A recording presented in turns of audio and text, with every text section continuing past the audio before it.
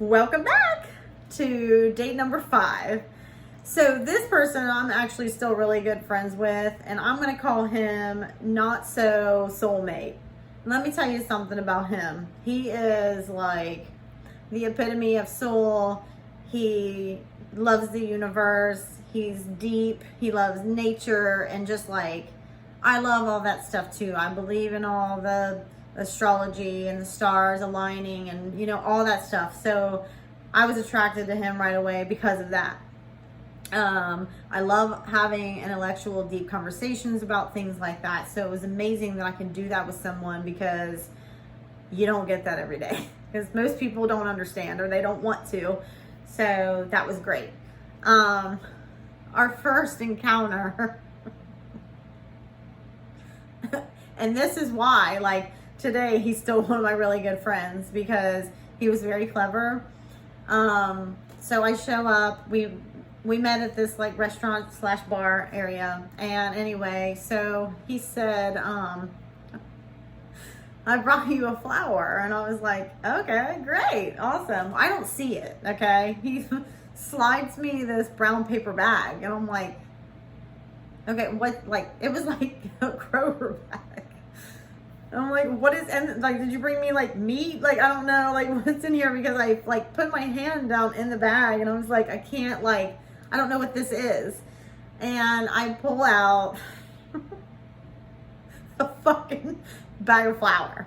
Like, how can you not like laugh at that, or like have this immediate like connection to a person that goes out of their way to do something like that? I mean, it was like, I shouldn't say I don't like flowers, but I really don't like getting them, on the first date or whatever, like that's not a thing that like I require. But I was like, this is awesome, like you're my kind of person, and this is going to be great.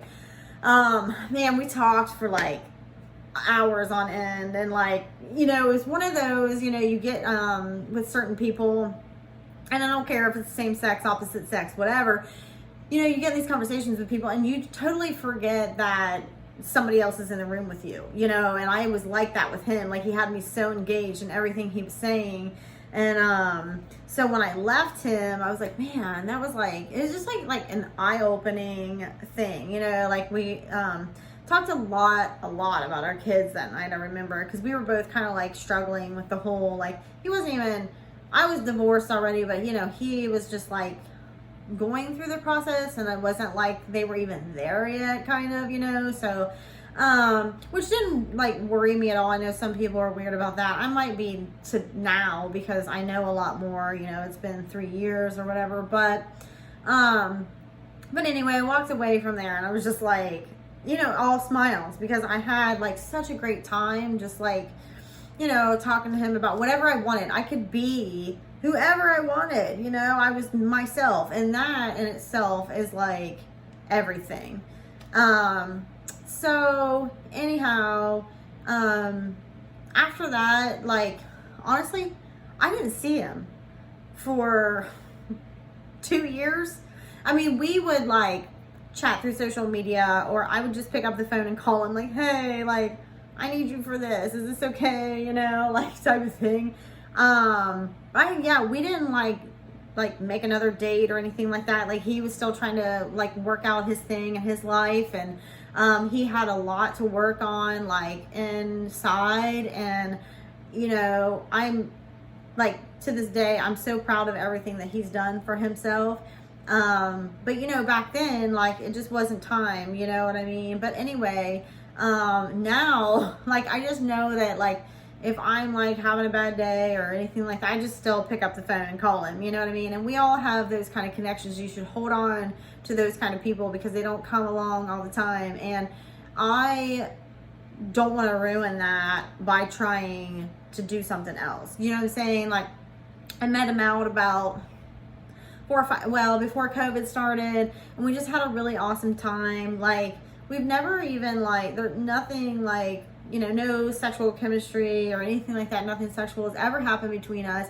And I don't want to do that, just because I don't want to ruin what we have. It's just like, we're just like really, really good friends. And I appreciate that, because you know, I don't care what woman says, everybody needs like a good male friend, because, you know, you talk to your girlfriends about stuff, but sometimes you need a guy in your life, you know, to talk about things. But yeah, now I'm going off on a different tangent. But that date number 5, yeah, not so soulmate, is so true, because it seems like he would have been, but it really is just friendly between both of us, and we both feel that way. But anyhow, I hope you guys enjoyed this, and I'll see you next time.